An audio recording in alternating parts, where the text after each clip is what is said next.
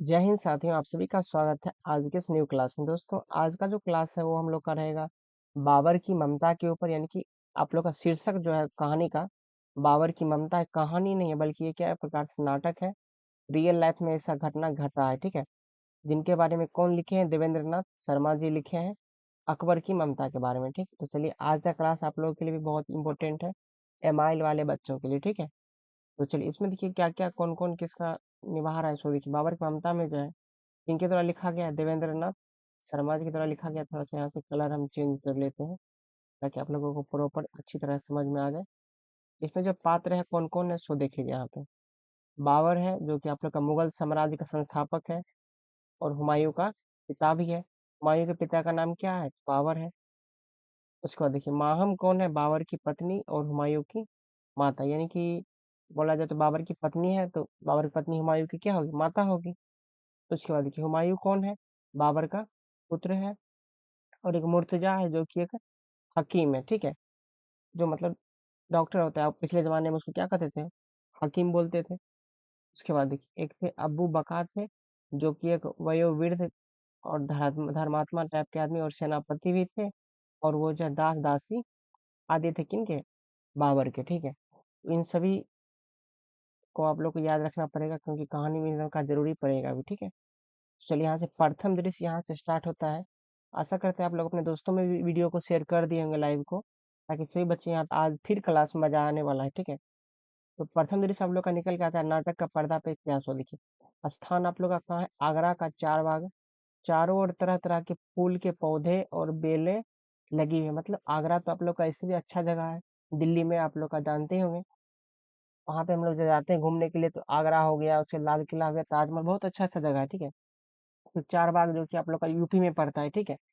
तो चार बाग चारों तरफ से फूलों के लदे हुए हैं। कहते हैं बाग के बीच में बाबर का अत्यंत सुंदर विशाल राजभवन। देखिए, पहले जमाने में क्या था, राजा प्रजा जो था वो बड़ा बड़ा बिल्डिंग बनाता था, लेकिन चारों तरफ क्या पेड़ पौधा रखता था।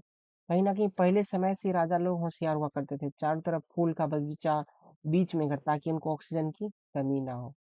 तथा इसी राजभवन के एक कमरे में बाबर का एक पुत्र जो हुमायूं था बीमार पड़ा हुआ था, ठीक है। यहाँ से सीन स्टार्ट होता है कि एक रूम में जो है राजा का बेटा बाबर का हुमायूं जब वो घर में बीमार पड़ा हुआ है, तो वहां से हम लोग का सीन स्टार्ट होता है। बीमारी धीरे धीरे बिगड़ती जाती है और उसके पुत्र हुमायूं के जीवन की आशा भी खत्म होती जा रही है, क्योंकि बीमारी बढ़ेगा तो आदमी का एक ना एक दिन क्या हो जाएगा, मृत्यु हो जाएगा।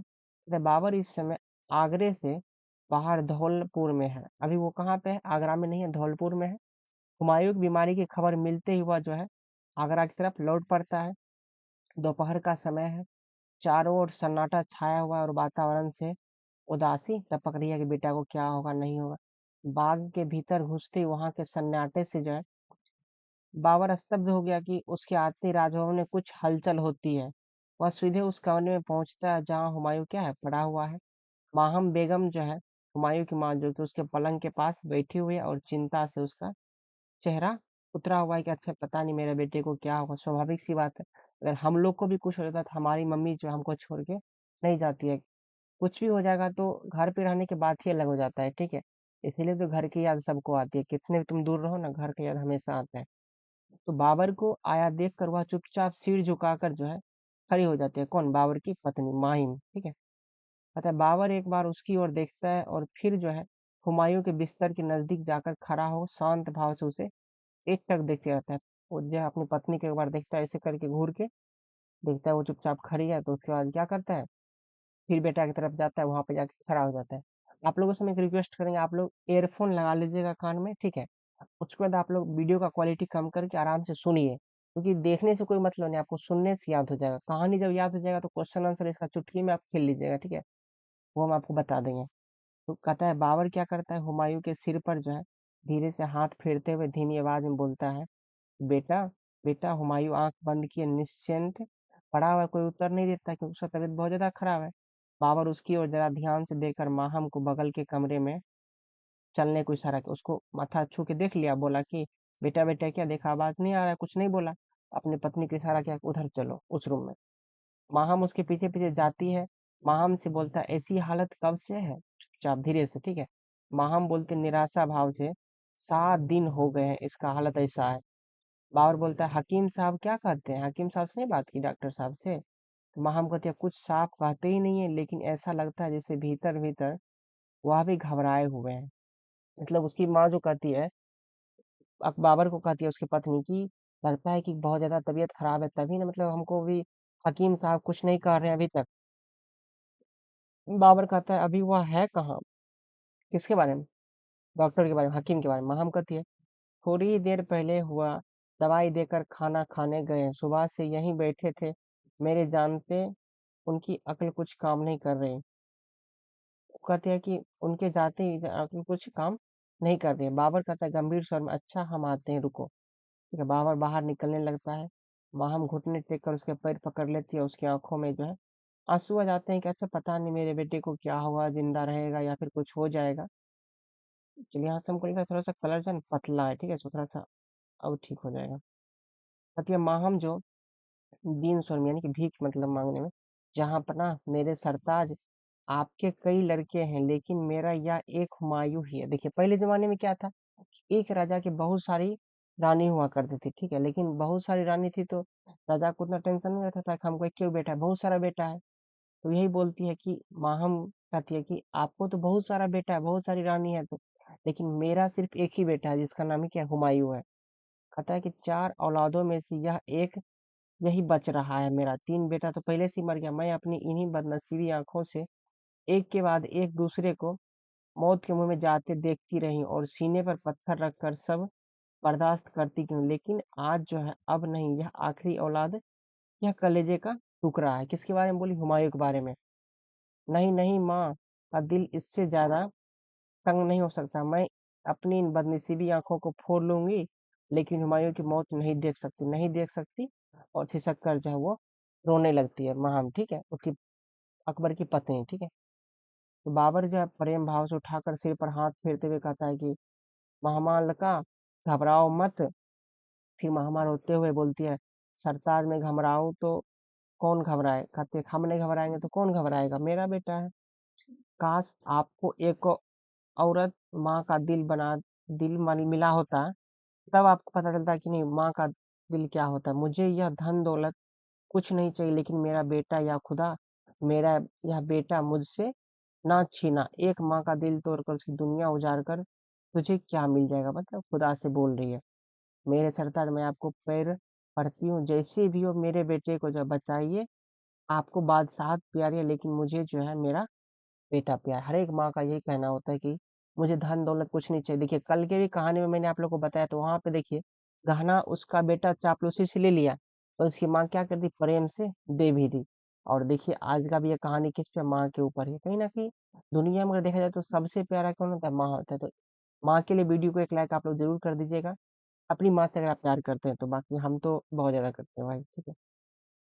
तो देखिए बाबर जी अब क्या कहते हैं कि कोमल गंभीर स्वर में कहते हैं माहम तुम्हारा कहना सही है, बादशाहत प्यारी जरूर है, मगर वह प्यारी नहीं रहती तो हम मादरे वतन फरगना को छोड़कर पहाड़ी नदियों और जंगलों और रेगिस्तानों की खाक नहीं छानते, फिर महीने की आधी रात से ज्यादा खुले आसमान के नीचे घोड़े की पीठ पर जागते हुए नहीं गुजारते। लेकिन नहीं, औलाद उस बादशाहत से भी नहीं प्यारी थी। ये बोलता है कि नहीं ऐसा बात नहीं है कि हमको मतलब सिर्फ राज पार्टी चाहिए, हमको बेटा भी चाहिए, क्योंकि ये सब हम किसके लिए करेंगे, इतना हम कर रहे हैं रात मतलब रात रात भर रेगिस्तान में हम घोड़े पे दौड़ते रहते इधर से उधर, किस लिए, अपने बादशाहत के लिए, यानी कि अपनी बेटी आने वाली पीढ़ी के लिए, ठीक है।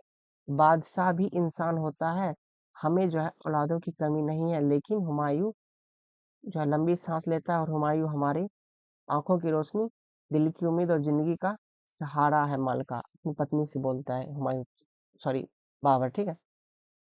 मायूस ना हो हुमायूं के लिए, हम एक बार मौत से भी लड़ेंगे, हकीम को बुलवाओ, हम एक बार खुद उनसे बात करना चाहते हैं, अपनी पत्नी को बोलता है, ठीक। तो दोनों हुमायूं के कमरे में आते हैं। वह उसी भांति से निश्चेष पड़ा हुआ है बेचारा। बाबर जब उसके बगल में बैठ जाता है, और माहम बांदी को हाकिम को बुलाने के लिए इशारा करते, बांदी जो मतलब बगल में खड़ा रहता है गेट पे, ठीक है। तो जब तक वह बाहर निकलती है तब तक दरबान जो है हाकिम के आने की इत्तला कर देता है कि हाकिम जो है आ रहा है, ठीक है। दरबान जो है क्या करता है, दरबान दरबारी ढंग से सलाम करके जहाँ पनाह की खिदमत में हकीम साहब हाजिर है, जो पहले जमाने में बोलता था नाटक में, ठीक है। तो बाबर कहता है आने तो दरबान बाहर जाता है, और क्षण भर हाकिम का प्रवेश। हाकिम अंदर आ गया रूम में आके, बाबर को प्रणाम किया और झुककर सलाम करता है, और बाबर धीरे से सिर हिलाता है, ठीक है आइए बैठिए, ठीक है। बाबर कहता है आइए, तशरीफ रखिए। हकीम एक टिपाई पर बैठ जाता है, ठीक है, तिरपाल पे वहां पे बैठ जाता है, या फिर उसका कुर्सी जो भी होगा उस पे, ठीक। तो हाकिम कुछ आश्चर्य से आलम पनाह, अभी कदम रंजा फरमा रहे हैं? बाबर कहता है हाँ, हम आ ही रहे हैं। कदम रंजा मतलब ये हो गया कि मतलब आप अभी आ ही रहे हैं वहां जहाँ आप गए हुए थे। तो बाबर कहता है हाँ, हम अभी आ ही रहे हैं। अच्छा हुआ, हम भी आपको बुला रहे थे, ठीक है। डॉक्टर साहब बोले कि हम भी आपको बुला ही रहे थे। हकीम बोला कि ताबेदार चंद ही लम्हे पहले यहाँ से गया है, और खुद ही दौरा चला आ रहा है। इसी बीच आलम पनाह को इसे याद करने की तकलीफ गवारा करनी पड़ी। इसके लिए बंदा माफी चाहता है। कहता है कि अभी जस्ट 2 मिनट पहले हम महाराज यहाँ से गए थे, लेकिन आपको हमको बुलवाना पड़ा, इसके लिए हम आपसे क्षमा चाहते हैं। बाबर कहता है हकीम साहब। हकीम कहता है आलम पनाह बोलिए क्या बात है। बाबर कहता है शाहजादे की बीमारी के मुत्तलिक आपका क्या ख्याल है? हकीम कहता है गंभीर आवाज में, आलम पनाह बुखार बहुत तेज है, उसकी वजह से जो है हमेशा बेहोशी रही है। बुखार में क्या होता है, आपको जब ज्यादा बुखार आ जाएगा तो आपका आंख नहीं खुलेगा, आपको लगेगा शरीर काम करना बंद कर दे। साथ ही और भी शिकायतें हैं। अपनी लियाकत के मुताबिक जो कुछ भी मुमकिन है खादिम कर रहा हूँ, मतलब हमको जो समझ में आ रहा है वो हम आपको बच्चे को दे रहे हैं, ठीक है, लेकिन अभी तक बोल के रुक जाता है, अभी तक मतलब सुधार नहीं हुआ। बाबर कहता है हालत में तो कोई फर्क नहीं दिख रहा है हमको अभी तक। हाकिम कहता है जी नहीं, मैं तो शहजादे की बीमारी को अपना इम्तिहान समझ रहा हूँ। यह पहला मौका है कि ताबेदार की दवा अब तक कारगर नहीं हुई। जो एक से एक मुश्किल बीमारियों को चुटकियों में बजाते चंगा कर देते हैं, उसको अपनी इस नाकामयाबी पर जितनी शर्म है उतनी इंतहा नहीं। मेरा तो दिल रंज से बैठा जा रहा है। कहता है कि महाराज ऐसा आज तक मेरे साथ कभी नहीं हुआ कि हम जिसको दवाई दे वो ठीक ना हो। आज हमको खुद शर्म आ रही है कि हमारे दवाई से अभी तक आप उनको राजा के पुत्र को जो है राजकुमार को अभी तक सुधार नहीं हुआ। हमको खुद शर्म लग रहा है, और इससे मेरा दिल भी जो है बैठा जा रहा है, ठीक है। बाबर कहता है बीमारी के आसार हैं कैसे? हाकिम कहता है जरा रुक कर, रुका, फिर बहुत आलम पना है। ताबेदार क्या बताए, जब दवा काम नहीं कर रहा है तो खुदा की, जब हमसे नहीं हो रहा है तो खुदा से मांगते हैं। कहता है बाट काट कर गोया कि आप भी मायूस ही हैं, ठीक है, इससे ज्यादा आप भी क्या कर सकते हैं? दवा बीमारी की होती है, मौत की नहीं। बाबर कहते हैं नहीं सही बात है, कोई दिक्कत नहीं है, आप दवाई तो दे रहे हैं ना, दवाई तो बीमारी की होती है, मौत की थोड़ी होती है। तो हाकिम कहता है आलमपना, अभी वैसी मायूसी की बात नहीं है, आपको घबराने की बिल्कुल जरूरी नहीं है।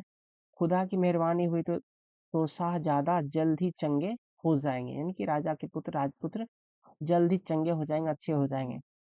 हकीम कहता है बाबर कहता है हकीम साहब, जब तक कोई बात एकदम इधर या उधर नहीं हो जाती तब तक इंसान उम्मीद छोड़ता ही कहाँ। लेकिन रंग ढंग भी तो कोई चीज है। कहता है कि अब तो हम समझ रहे हैं कि आप उसको मरते दम तक उसको दवाई देते रहिएगा, लेकिन आदमी जो है रंग ढंग से पता चल जाता है कि क्या उसके साथ होने वाला है। तो हकीम कहता है आलम पन्ना, माम फिर माहम क्या बोलते हैं घबराहट भरी आवाज में, हकीम साहब मेरे बच्चे को किसी तरह अच्छा कर महान, कहती है, ठीक है, घबराहट भरी आवाज में बोलती है कि अच्छा कर दीजिए, मैं आपको मुंह मांगा इनाम दूंगी और जिंदगी भर जो है एहसान मान लूंगी। अपने बेटे के लिए भीख मांग रही किससे? डॉक्टर साहब से, हकीम से, ठीक है। हकीम जो है मलका का दिया हुआ ही तो ताबेदार खाता है। हकीम किसके यहाँ रहता है? राजा के यहाँ, उसी का न खाता है सब कुछ। कहता है शाहजादा की सेहत और मलका खुशी से बढ़कर भी कोई इनाम हो सकता है? हकीम कहता है कि क्या आपकी खुशी से बढ़ के मेरा कोई इनाम हो सकता है? मलका इत्मीनान रखे, मेरा दिल कहता है कि शाहजादा जरूर चंगे होंगे। माँ का दिल बच्चे की मामूली बीमारी से भी घबरा जाता है। सही बात है। यह तो खैर मैं मलका को फिर यकीन दिलाता हूँ कि शाहजादा जरूर अच्छे होंगे, आप घबराएं नहीं। देखिए कितना माँ का दिल जो है सबसे जो है ना कमजोर होता है, ठीक है, अपने बच्चे के प्रति। वो चाहती है कि मेरा बच्चा को कभी भी कुछ ना हो, नहीं तो फिर उनको सोच लो क्या हो जाता है। कहते मामा फिर क्या करती है, हकीम साहब मैं चाहती हूँ तो कि ना घबराऊं। हकीम साहब कहती है कि मैं चाहती हूँ तो कि ना घबराऊं, पर दिल जो नहीं मानता, दिल है कि मानता नहीं। हुस्मायूं के चेहरे की ओर बताकर हमेशा गुलाब सा खिला रहने वाला यह चेहरा कैसे मुरझा गया, कितना सूख गया है बुखार से। बदन तवा हो रहा, होठ काले पड़ गए, आंखें हमेशा बंद, दवा कोई काम नहीं करता। ऐसी हालत या बेहोशी देखकर भी कैसे ना घबराऊं। वो मतलब बता रही है, मेरा तो कलेजा टुक टुक हो रहा है, रोज रोआ रोआ हो रहा है। हाकिम कहता है अफसोस की आवाज में, कहता है कि क्या मैं इतनी भी नहीं समझता? आप जो हम इतना बता रहे हैं हमको ये समझ में नहीं आता है? मलका का दिल माँ का दिल है, और माँ की मोहब्बत तो दुनिया में बेमिसाल है, एकदम बेमिसाल। शहजादे की इसी हालत से मलका का जो है कलेजा कैसे टुक टुक ना होगा, लेकिन करना क्या, हमारी सारी कोशिशें एक और मालिक की मर्जी। कहता है हमारी तरफ से कोशिश और बाकी तो मालिक का मर्जी। हकीम उठकर कहता आलम पना। बाबर कहता है मलका की दिली हालत का ठीक अंदाजा ना तो आप लगा सकते, ना ही हम। बाबर कहता है कि अरे हकीम साहब, मलका की जो है ना हृदय का दिल का दौरा का आपने आप पता लगा सकते, ना हम पता लगा सकते, क्योंकि वो क्या है, एक माँ है, ठीक है। क्योंकि हम मर्द हैं और वो औरत है, वो एक माँ है। मलका की बात तो छोड़िए, हमारी ही जिन आंखों ने बचपन से आज तक हजारों लाखों आदमियों को तरफ तरफ कर दम तोड़ते देखा है, कभी नहीं पसीजा, वे आज एक सिर्फ इंसान की मौत के आदेश से भर जाती है। यह है औलाद की मोहब्बत। राजा बोल रहा है अकबर कि अरे हम तो हजारों आदमी को मतलब मरते हुए देख रहे हैं सामने में, क्योंकि हम लोग युद्ध में जाते हैं, लेकिन आज हम अपने बेटे का सिर्फ मौत का संदेश सुन के मेरा आंख भर के आ रहा है। कितना मोहब्बत ये है, इसी से हमको पता चलता है, ठीक है। हकीम कहता है आलम पना की खिदमत में ही ताबेदार की दाढ़ी सफेद हो गई। कहता है कि हम तो आप ही की जिंदगी में मतलब आप ही के दरबार में जो रहते हुए तो मेरा दाढ़ी सफेद हो गया, बूढ़े हो गए। मुर्तजा आलम पनाह के दिल में दोनों पहलुओं से अच्छी तरह वाकिफ है, जो शक्ति और मुलायमी दोनों में नायाब है। कहता है, एक और जिस हाथ में तलवार आने पर लड़ाई के मैदान में दुश्मनों पर बिजलियां गिरती है, वही हाथ जब कलम पकड़ता है तो उससे शायरी की हुए फुलझड़ियां झड़ती है, जिन्हें दिल का कोना कोना जगमगा उठता है। बाबर के लिए कहता है कौन? हाकिम, ठीक है। कहता है मुझे यकीन है कि आलम पन्ना की तलवार और कलम दोनों की बेमिसाल खूबी जब तक यह दुनिया पर कायम है, तब तक दुनिया जो है कायम रहेगी, किसी को कुछ नहीं होगा। बाबर जो है टहलते हुए गंभीर स्वर में वहां पे घूम घूम के बच्चे के बगल में, ठीक है, बोल रहा है कि हकीम साहब, हमने होश संभाला नहीं कि लड़ाई के जुए में हार और जीत के पासे फेंकना शुरू कर दिया। कहता है बाबर कि हम तो तब से युद्ध कर रहे हैं जब से जो हम अपना होश नहीं संभाले। आदमी कंचा खेलता है, जुआ खेलता है, और हम जो है लड़ाई में हार जीत खेलना शुरू कर दिया। हमारी जिंदगी की पूरी कहानी हार और जीत इन्हीं दो लफ्जों में कही जा सकती है, लेकिन ना तो हमें कभी हार से मायूसी हुई और ना ही जीत से गुरूर हुआ। हमने समरकंद जीता, काबुल जीता, कंधार जीता, और आखिर में जो है हिंदुस्तान को जीतकर एक बड़ी सी सल्तनत भी कायम की। लेकिन सच कहते हैं दौलत की लालच से नहीं, बल्कि नाम के लिए, अपने बाजुओं की ताकत का जोर आजमाने के लिए मैंने ये किया। अगर हम लालच के लिए करते तो ऐसा नहीं करते, ठीक है, वो बोल रहा है बाबर। इसलिए हम इसलिए लड़ते हैं कि जिंदगी में जिंदगानी का लुत्फ आता है, मतलब मजा आता है, और सर को हथेली लेकर मौत से खेलने में क्या मजा है, इसे हम जानते हैं। बोलता है कि मौत को हाथ में लेकर खेलने में क्या मजा है, वो सिर्फ हम जानते हैं। बाबर कहता है कि हकीम का तालम पना जो फरमा रहे हैं तो उसे ताबेदार जमाने से जानता, हम तो जमाने से जान रहे हैं आपको। और समरकंद से लेकर पानीपत तक के मैदान उसके जीते जागते सबूत हैं आपका, कि आप तो सब जगह जीते हैं। बाबर कहता है हम वही कह रहे थे कि पानीपत की लड़ाई के बाद लाखों क्या करोड़ों की दौलत हाथ में आई, लेकिन हमने छदाम भी अपने पास नहीं रखा, मतलब एक छोटा सिक्का भी अपने पास नहीं रखा। हमने असरफियों को ठिकरी की तरह लुटाया, और रिश्तेमंदों की बात हुई, जिसने मामूली जान पहचान भी थी उन्हें भी हमने सौगात भेजी पैसा का। फरगना खुरासान हो गया, फारस तक के दोस्तों को भी हम ना बोले, मतलब उतना दूर दूर तक के आदमी को उन्होंने अपना पैसा दे दिया, लेके दान दे दिया। लेकिन हेरात हो गया, मक्का और मदीना के भी फकीरों के सामने हमने अपनी भेंट हाजिर की, और काबुल के हर आदमी, मर्द औरत, बूढ़ा जवान, अमीर गरीब को भी इस फतेह का तोहफा हमने दिया। लेकिन हमारा वह ढंग देखकर लोगों ने हमें कलंदर कहना शुरू कर दिया। कलंदर किस लिए कहा? क्योंकि इसने जो सारा धन को क्या कर दिया, गरीबों में सभी में बांट दिया। इतना मीठा था यह नाम। आप देखिए आगे हकीम क्या कहता है। आलम पना की दरिया दिल्ली का वह नजारा आज भी ताबेदार की आंखों के सामने नाच रहा है, मेरे सामने, मतलब कि किस बादशाह ने सोने चांदी हीरे जवाहरात को इस बेतकल्लुफ़ी की नज़र से देखा होगा, आज भी क्या, दोस्त क्या, दुश्मन क्या, हर शख्स आलमपना की उस बुलंदी को याद कर दंग रह जाता होगा कि अरे दुश्मन दोस्त सबको दान में दिया ले कितना चीज, ऐसा राजा तो होना चाहिए। बाबर कहता है हकीम साहब, आज हम फिर एक बार कलंदर होने को तैयार, और आज नाम के लिए नहीं बल्कि अपने बेटे की जिंदगी के लिए, अपने इस लखते जिगर की जान बचाने के लिए हम अपनी तमाम सल्तनत लुटाने को तैयार हैं। हम फिर वही खादम बदोश की जिंदगी बिताएंगे या फिर तलवार का जोर आजमाएंगे, लेकिन जैसे भी हो हमारे हुमायूं को अच्छा आपको करना होगा। बोल रहा है मतलब हमको नहीं चाहिए दौलत शोहरत, आप सभी लुटाने को बोलेंगे तो लुटा दें, लेकिन हमारे बेटे को जो है ठीक आप यहाँ पे कर दीजिए। हकीम कहता आलमपना की ख्वाहिश पूरी हो जरूर होगी, आपके बेटे जरूर ठीक होंगे, ठीक है। बाबर कहता है पूरी होगी, कहता है पूरी होगी, रुक कर कुछ सोचता हुआ, ठीक है। तो हजारों आदमियों की जान लेने की ताकत हम में थी, लेकिन आज एक आदमी की जान बचाने की ताकत हम में नहीं है। कैसी लाचारी है हमसे, थोड़े आवेश में, ठीक है। किसी इंसान को वह चीज लेने का क्या हक है जिसे वह दे नहीं सकता। बादशाहत, बादशाहत यही बादशाहत है जिसके लिए बचपन से लेकर आज तक हम एक दिन भी चैन की नींद नहीं सो सके, और उसका नतीजा लंबी सांस लेकर फिर बोलता है सारी दौलत सारी सल्तनत सामने पड़ रही है और बादशाह का बेटा दम तोड़ रहा है। नहीं, बोल रहा है कि हमको ये दौलत और किस काम का, जब मेरा बादशाह बेटा ही नहीं रहेगा उसको भोगने वाला, कोई तरीका, कोई हिकमत, कोई कारगर नहीं होता। यही है कि एक जगह जहाँ बादशाह और फकीर में कोई अंतर नहीं रह जाता। सही बात।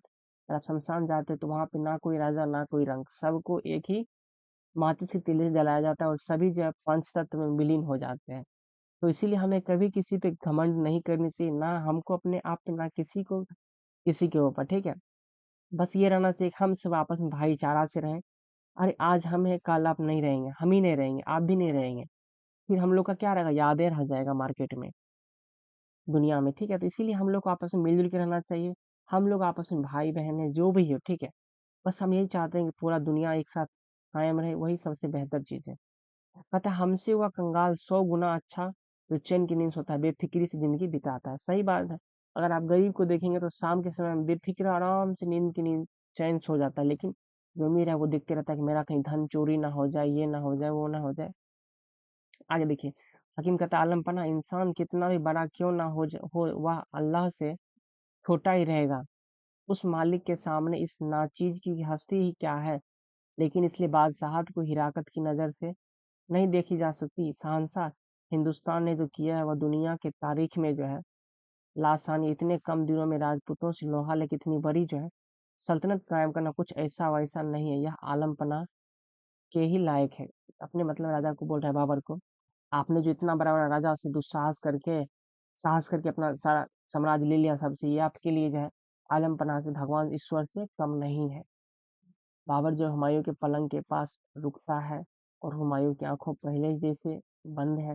बाबर धीरे धीरे उसके सिर पर हाथ फेरता है, ठीक है, और बड़ी करुण दृष्टि से देखता है, फिर कमरे में टहलने लगता है, मतलब घूम घूम के बेटा बेटा को देख रहा है, ठीक है।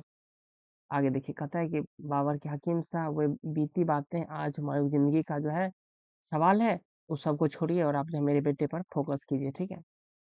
हकीम का तालमपन है, दवा देने का वक्त तो हो गया, इजाजत हो तो दे दें। बाबर शांत स्वर में, दीजिए जरूर दीजिए, लेकिन इस बेहोशी की हालत में दवा हलक के नीचे उतरेगी कैसे। जीभ पर रख देने पर वह आप ही धीरे धीरे हलक के नीचे उतर जाएगी।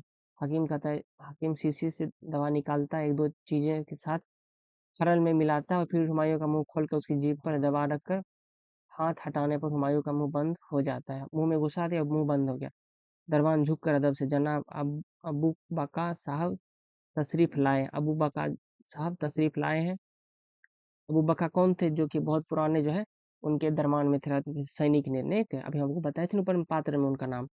बाबर कहता है मौलाना अबू बका, अच्छा मलका तुम थोड़ी देर के लिए बगल कमरे में जाकर आराम करोगे। वहां पे एक वरिष्ठ आदमी आ गए तो अपनी पत्नी को उन्होंने घर भेज दिया, बोला तुम जा दूसरे रूम में सो जाओ तब तक, जब तक हम मौलाना से मिल सके। माँ हम धीरे से चली जाती है और दरबान से उन्हें अंदर आने भेज दिया जाता है, ठीक है।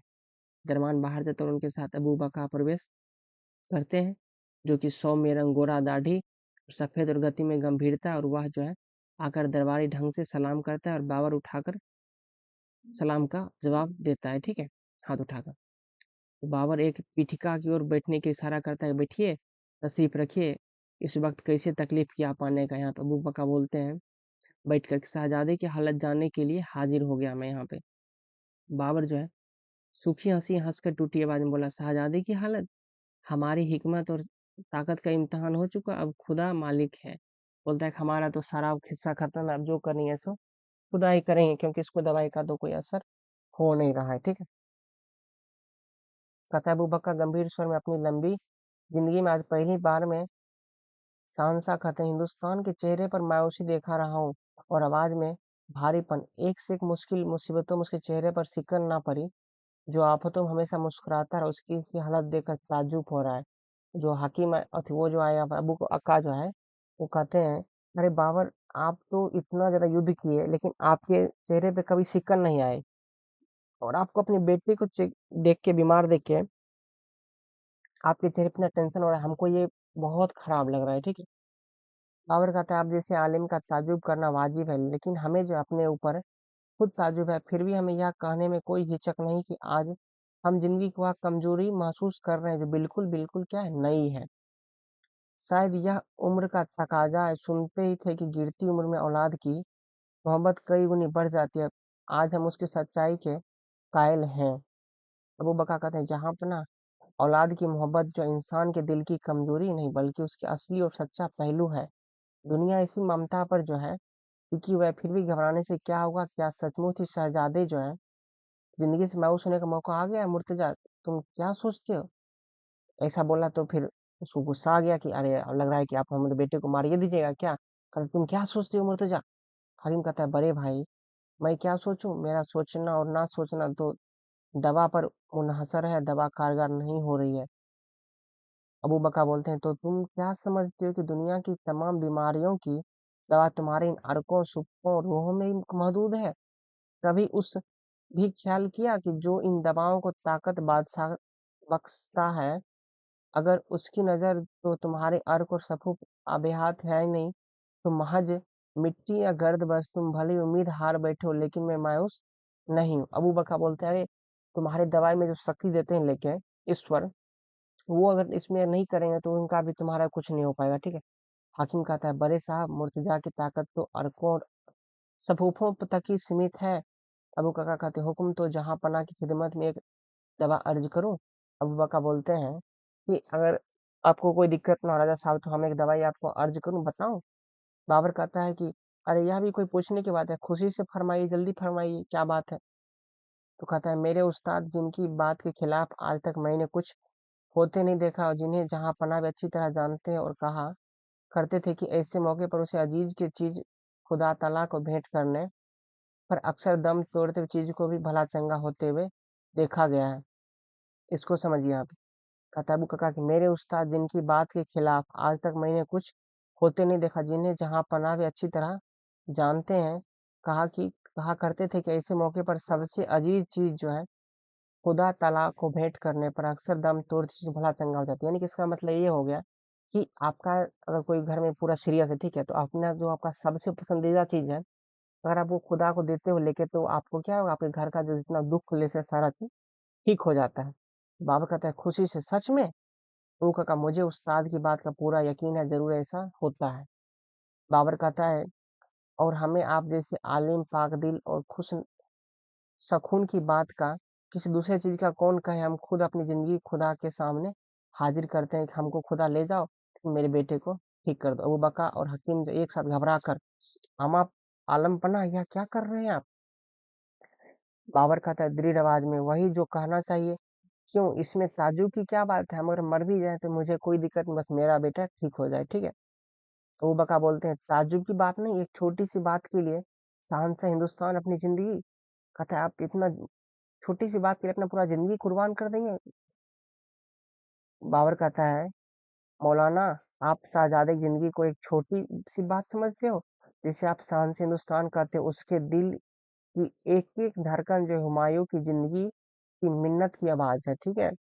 आज आपके सामने शान से हिंदुस्तान नहीं, बल्कि एक इंसान, मामूली इंसान खड़ा है, और जिंदगी में उसके बेटे की जिंदगी कहीं बेस कीमती है। देखिए, माँ पिता सबसे बढ़ के भगवान होते हैं, आज के टाइम पे नहीं, बल्कि पुराने टाइम से ही। ठीक है। आगे देखिए, अबू बकर कहते हैं जहाँ पना, उसे फिर बाबर कहता है आप जो कहिएगा उससे हम समझ रहे हैं, अगर आप क्या सोचते हैं कि हुमायूं के नहीं रहने पर हम जिंदा रह सकेंगे तो ये आप धोखे में हैं। बाबर कहता है कि अगर आप लोग सोच रहे हैं कि हम, बाबर कहता है अगर आप सोच रहे हैं हुमायूं अगर मर जाएगा तो हम लोग जिंदा रहेंगे, नहीं, हमारा दिल का कलेजा का टुकड़ा है वो, हम उसके बिना नहीं रह सकते, ठीक है।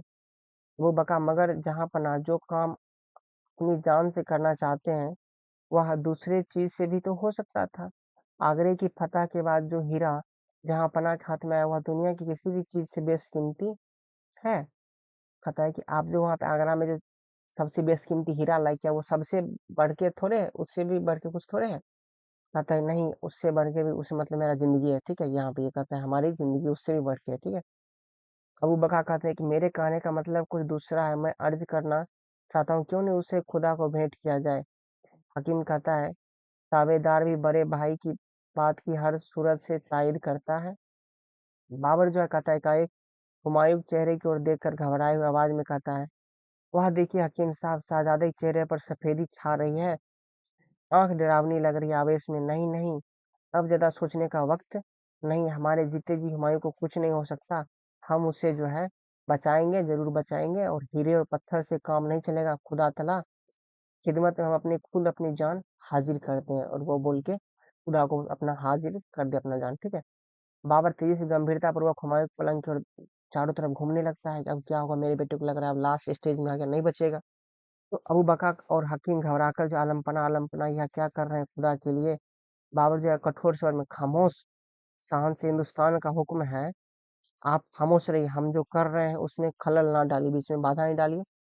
3 बार पलंग की परिक्रमा कर हुमायूं के सिरहाने जमीन पर घुटने टेक कर जो है वो बैठ जाता है, हाथ जोड़कर आंखें बंद कर लेता है और मुंह कुछ ऊपर उठाए शांत गंभीर स्वर में कहता है या खुदा परवरदिगार, तेरी मेहरबानी से मैंने एक एक मुश्किलों पर फतह हासिल की है, लेकिन मैं हर गाढ़े वक्त पर तुझे पुकारता हूँ और तू मेरी मदद करता है। आज एक बार फिर मैं इस मौके पर तेरी उस मेहरबानी की भीख मांगता हूँ, अपने बेटे की जान के बदले में अपनी जान हाजिर करता हूँ, तू मुझे बुला ले लेकिन उसे अच्छा कर दे। देखिए इतना बड़ा दिल होता है अपने माता पिता का। देखिए माँ का दिल क्या होता है वो तो हम लोग जानते हैं, लेकिन पिता के दिल को आप नहीं समझ पाओ, क्योंकि वो जो है ना आपको उससे डर लगता है, लेकिन वो बहुत ज्यादा क्या होते हैं हमारे लिए कर्तव्यनिष्ठ होते हैं, हमारे लिए हमेशा सोचते रहते हैं।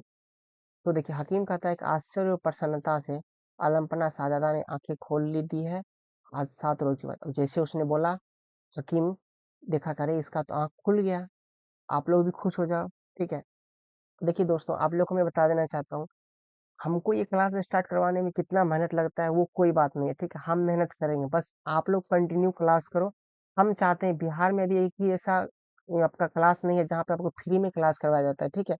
तो मैंने देखा आप लोगों को बहुत सारी दिक्कत हो रही थी, ठीक है, इसलिए मैंने यहाँ पे आप लोगों को क्लास स्टार्ट करवाया। खुद से मैंने पीपीटी सारा रेडी करता हूँ डेली, आपको सुबह मिल जाती है, हम पीपीटी रेडी करते हैं, फिर आप लोग का हम क्लास लेते हैं। लेकिन आप लोग अगर थोड़ा सा सपोर्ट मिल जाएगा तो हम और भी ज़्यादा अच्छा से कर सकेंगे। बस आप लोगों को अपने दोस्तों में शेयर करना ही रहता है। आप लोग को फ्री में ऑफ कॉस्ट में जितना अच्छा कंटेंट होगा हम प्रोवाइड हमेशा करते रहेंगे। आप लोग को 2027 तक आप लोग का कंप्लीट सेमेस्टर करवा के हम छोड़ेंगे, तो आप लोग का भी कर्तव्य बनता है मेरे लिए कि अपने दोस्तों में शेयर कर सकते हो, लाइक कमेंट कर सकते हो। आगे देखिए कहता है बाबर जब प्रसन्नता से हमारी आवाज अल्लाह ताला तक पहुंच गई, अल्लाह अकबर बोल के खुश हो गया, ठीक है। और धीरे धीरे हुमायूं के सिर पे हाथ फेरता है, ठीक है। हुमायूं जो अत्यंत धीमी आवाज में पानी पानी बोलता है। हकीम कोने में रखी एक सोने की सुराही से पानी डालकर हुमायूं के मुंह में 2 चम्मच पानी देता है, एक दो बार जोर से सिर हिलाता है जैसे कोई तकलीफ हो। फिर हकीम साहब हमारे सर में जोर का चक्कर और दर्द मालूम, और एक अजीब बेचैनी मालूम हो रही है, ठीक है, बोलता है। तो हकीम कहता है चिंतित स्वर में आलम पना आराम करें, रास्ते की थकावट और दिमागी फिक्र से चक्कर मालूम हो रहा है, मैं अभी एक दवा देता हूँ लेके, ठीक है। जिसको बोलता है हुमायूं को, ठीक है। बाबर कहता है कि अच्छी बात है, हकीम एक खुराक दवा देता है। बाबर बगल के जो कमरे में चला जाता है। अबू सबका और हकीम एक दूसरे को आश्चर्य से और चिंतित मुद्रा में जो देखते रहते हैं।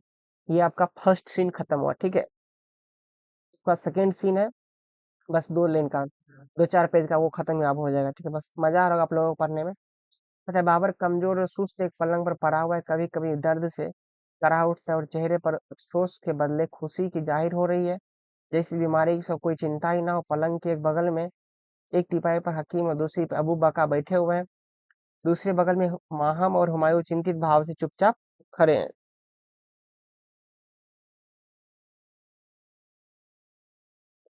देखिए यहाँ पे एक बात ध्यान दीजिएगा, हुमायूं तो ठीक हो गया, लेकिन उस बाबर को क्या गया, चक्कर आ गया, वो अब वो उसका तबीयत खराब हो गया, ठीक है।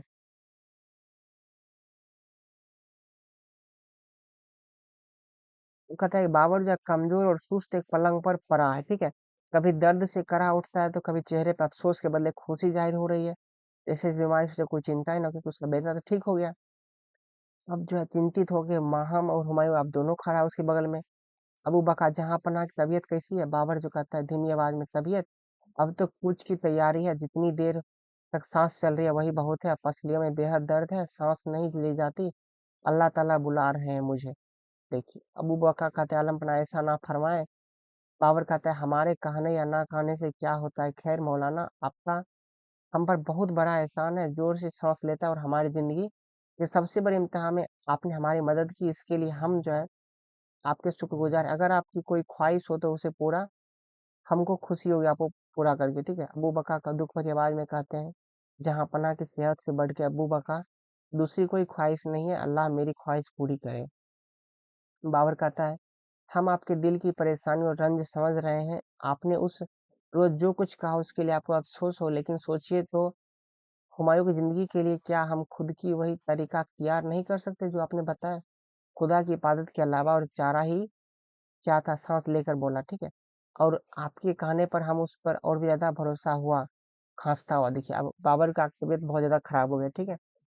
हाकिम आलम पन्ना भी आराम करें। हाकिम कहता है, आलम पन्ना अभी आप जो आराम करें, आपका तबीयत नहीं ठीक है। अब बाबर कहता है, आराम हकीम साहब, हमने जिंदगी में कभी आराम किया है? आराम करते हैं बुजदिल, कमजोर और वे जिनमें कुछ करने का मुद्दा ना हो। आखिरी वक्त में चुप रहने से और भी दम घुटने लगेगा, ठीक है। अब कितनी देर जीना, ये अब खांसता हुआ बोलता है, मौत के पहले ही उसका सम बंधने में हमें गवारा नहीं है, हंसते हंसते बोलते मरने दीजिए। अबू बकर कहते हैं, ऐसा बदशगुन आप बिल्कुल भी नहीं कहिए। बाबर कहता है, या बदशगुन हो या खुश शगुन, लेकिन सच्ची बात यही है कि इससे आप भी जानते हैं हम पूरी खुशी से जा रहे हैं। वहां हम कहते हैं, जहां अपना बार बार या क्या दोहरा रहे हैं आप गंदी चीज, ठीक है। बाबर कहता है, मलका सच्चाई का सामना हिम्मत से करनी चाहिए। जो बात आगे होने वाली है, उसे पहले से जान रखना हमेशा अच्छा होता है। सच्चाई जो है जानते हुए भी अपने धोखे में रहने से बढ़कर और क्या बेवकूफी होगी। हुमायूं की ओर देख गया, ठीक है बेटा, वक्त करीब आ रहा है, कहीं भूल ना जाए मियाँ अबू बका को 15 गांव लाठी राज पुश्त दर पुश्त के लिए लिख दो, बख्श कर दो, ठीक है, उनको दान कर दो। अबू बका कहते हैं, जहाँ पना माफी फरमाए, ताबेदार को कुछ ना कहिए, जहाँ पना का दिया ऐसा कुछ भी कम नहीं है हमारे लिए भी, ठीक। बाबर अनसुनी कर गंभीर स्वर में बोलता है, बेटा हम अपने हुक्म को तुरंत तामील देखना चाहते हैं, मतलब तुरंत पूरा करो, उस हुक्मनामा पर हमारा दस्तखत करवा लो, ठीक है। हुमायूं अब्बा जान का हुक्म तामील कर देता है, तुरंत पूर्ति कर देता है। हुमायूं दूसरे कमरे में जाता है, एक कागज पर कुछ लिखकर तुरंत आता है और बाबर उस पर दस्तखत कर देता है और हुक्मनामा पर अबू काका के हाथ में दे दिया जाता है। अबू बका उदासी से उठकर सलाम करता है और फिर बैठ जाता है, ठीक है। अब देखिए बाबर क्या कहता है कि आज हमें एक ही बात का अफसोस है कि जिसकी सारी उम्र लड़ाई मैदान में कटी, उसकी मौत बिस्तर पर हो रही है। फिर वो खांसने लगता है, ठीक है। हम लड़ते लड़ते मरने के ख्वाहिशमंद थे, खुशकिस्मती से एक ऐसे मुल्क में पहुंच भी गए जहां बहादुरों की कमी नहीं थी, लेकिन वह अरमान हमारा अधूरा रह गया, वहां से भी हम जीत के आ गए। हकीम का तालम पना को बोलने में तकलीफ हो रही है, मैं फिर अर्ज करूंगा कि थोड़ी देर आप आराम कीजिए। हकीम कहता है बाबर से, लेकिन बाबर कहता है, आराम के लिए ना घबराइए हकीम साहब, हम कभी खत्म ना होने वाले आराम की नींद सोने जा रहे हैं। अब आखिरी वक्त में तमाम जिंदगी की तस्वीर एक एक करके आंखों के सामने गुजर रही है। खांसते हुए, ठीक है। हिंदुस्तान एक बहुत बड़ा बुलंद मुल्क है, यहाँ के राजपूतों के लिए हमारे दिल में बड़ी इज्जत है, वे दरअसल दिलेर और बहादुर है। मरना या मारना किसी को इनसे सीखना चाहिए। हिचकी उनको फिर आती है जोर से। हकीम कहता है, लेकिन जहां पना सामने से तो हमें हारते ही देखे हैं। बाबर कहता है, आप नहीं जानते, हार जीत दूसरी चीज है और बहादुरी दूसरी चीज होती है। हार जीत पर किसी दूसरे का अख्तियार, बहादुरी पर अपना। हम भी तो बार बार हारते हैं, तो हम क्या अपने बहादुरी को नहीं समझे। फिर उनको हिचकी आती है। हकीम कहता है, आलम पना दवा का वक्त हो गया है। बाबर कहता है, हकीम साहब अब दवा ना दीजिए, हिचकी है खुदा का पैगाम है। फिर हिचकियाते जोर से। माहम कहती है करुणा स्वर में रोते हुए, या खुदा यह कैसा इम्तिहान है, एक और लगते जिगर जिंदगी बख्शी तो दूसरी ओर जब सरताज को अपनी तकलीफ दे रहे हो। बाबर कहता है मलका, परवरदिगार के शुक्र के बदले सिकवा। अल्लाह तला का हजार हजार शुक्र है जो उसने हमारी इल्तिजा सुन ली और हमारी उम्मीद और अरमान के चमन को सरबग्ज रहने दिया, हमारी आंखों की मिटती हुई रोशनी लौटा दी, तभी तो हम आज शहजादे को भला चंगा देख रहे हैं। मगर मगर जहाँ पना आपकी यह तकलीफ मुझे देखी नहीं जाती। बाबर कहता है बात काट कर, हमारी फिक्र छोड़ो मलका, हमने तो खुद को यह तकलीफ मांगी, हमें बहुत बड़ा फन है। हमारे मालिक ने हमें ऐसा न चीज बंदे की अदना सी भेंट कबूल फरमा ली। दर्द से करवट लेता है, बोलता है बेटा। मैं बोलता है जी अबू जान बोलिए। बाबर कहता है और करीब आ जाओ बेटा, जाते जाते अपने दफ्तर जिगर को जी भर के देख लूं। हुमायूं आंख में आंसू भर के रोने लगता है अब्बा अब्बा करके। बाबर कहता है घबराओ मत बेटा, बहादुर आपके दिल दिगेर फरजंद को यूं मचलना जेब नहीं देता, मतलब अच्छा नहीं लगा। हम हमें तुमसे कुछ जरूरी बातें करनी है, हमें हिंदुस्तान के होने वाले बादशाह से कुछ अर्ज करना है, मतलब अपने बेटे से बोल रहा है। मामा बोलते हैं मेरे सरताज। बाबर कहता है सब्र और हिम्मत से काम लो मलका, जो सारी जिंदगी मौत को चुनौती देता रहा उसे बेगम को मौत को नहीं बल्कि घबराना चाहिए। हमें चैन से अब खांसते हुए जब बोलता है बेटा ऐसे वैसे, मतलब जो भी उनका करते हैं, ठीक है। मयूर बोलता है अब्बाजान, हकीम साहब की राय में आपका ज्यादा गुफ्तगू करना सेहत के लिए अच्छा नहीं है, आप रेस्ट कीजिए। बाबर कहता है कि सेहत, बेचारे हकीम साहब बेटा, अपने हिंदुस्तान को फतेह किया, हुकूमत की बुनियादी भी डाली, मगर सल्तनत की ऊंची इमारत तैयार करने के पहले हमें जाना पड़ रहा है। अब इस इमारत को पूरा जो है करना और कायम रखना तुम्हारा काम है बेटा। हिचकी फिर उसको आते जोर से। और जंग के मैदान में हमारी तलवार से वार कभी ओछे नहीं पड़े हैं, मतलब कभी खाली नहीं किया, हम जो तलवार उठा लिए उससे हमेशा हमला हुआ है। और अमन के जमाने हमारी दानिशबंदी से कोई गलत रवैया भी अख्तियार नहीं हुआ है। दोनों चीजें ऐसी हुई, इस पर दरबार से करवट मांगने लगा। और इसके बाद जो है आप लोग का यहाँ से, ये यहाँ से आप लोग का खत्म होता है, ठीक है। फिर घबराते हुए उन्होंने दिलेर फर्ज से यूं मचलना जेब नहीं देता, कुछ जरूरी बातें करनी है, बोलते बोलते उनको अर्ज करना था। माँ हम बोलती है मेरे सरताज मलका, हम माँ बेटे को दूसरे को सुपुर्द कर देते हैं। मामा जो है खिसक खिसक कर रोने लगी, बोली बेटा सिप सिप हसालार को बुलाओ। एक आदमी बाहर जाता है, सुनो इधर नजदीक आओ। आवाज पहले से धीमी पड़ जाती है, आज से सल्तनत के तुम मालिक हो। खांसता हुआ बोलता है अकबर, ठीक है। बाबर, तुम नेक और आजाद ख्याल हो, अपने भाइयों और बहनों को जो है मोहब्बत की नजर से देखने से उनसे कोई गलती भी हो तो माफ करना। फिर उसको हिचकी आती है बाबर को, और सांस लेने में बड़ी उसको तकलीफ होती है, जोर से सांस लेता है। पलहार आए उधर से। पलहार बोलता है ताबेदार हाजिर है। बाबर कहता है हम पूछ रहे हैं, हमारे बाद शाहजादा हुमायूं हिंदुस्तान के बादशाह होंगे, आप सबसे उन्हीं उसी तरह मदद मिलनी चाहिए जिस तरह हमें मिलती थी। आ बेटा पानी दो, बोल के हुमायूं मुंह में पानी देता है। बेटा यहाँ जितने सबों का हाथ पकड़ो और सबको परवरिश करना। जोर से सांस लेता है, फिर से बोलता है या खुदा, हाँ हमारी आखिरी ख्वाहिश से हिचकी आती है। और उसके बाद जो अपना यहाँ दफना कर कबूल मिट्टी में दफन करना। बोलता है हमें यहाँ ना दफनाना, हमको जो है काबुल की मिट्टी में दफन करना, यह हमारा आखिरी हुक्म है और आखिरी ख्वाहिश। फिर कहते तुम सब आबाद रहो। जोर की हिचकी आती है और अलविदा करके अल्लाह के लिए शांत हो जाते हैं बाबर। तो आप लोग का कहानी यहाँ पे होता है द एंड। बाकी ये कहानी नहीं बल्कि सच्चाई था, ठीक है। बाबर का मौत का ऐसे से उनका मौत हुआ था। आप लोग को कहानी कैसा लगा? वीडियो खत्म होने के बाद आप लोग को जो एक कमेंट अच्छा वाला कर दीजिएगा। हम सभी बच्चे का कमेंट का इंतजार करेंगे। अगर आप लोग जो क्लास कर रहे हो, आप लोग क्लास कर कमेंट कीजिएगा, और एक वीडियो को लाइक शेयर कमेंट करके जाना भाई। धन्यवाद। कल मिलते हैं नेक्स्ट क्लास में शाम 4 बजे फिर से। तब तक के लिए टेक केयर, बाय।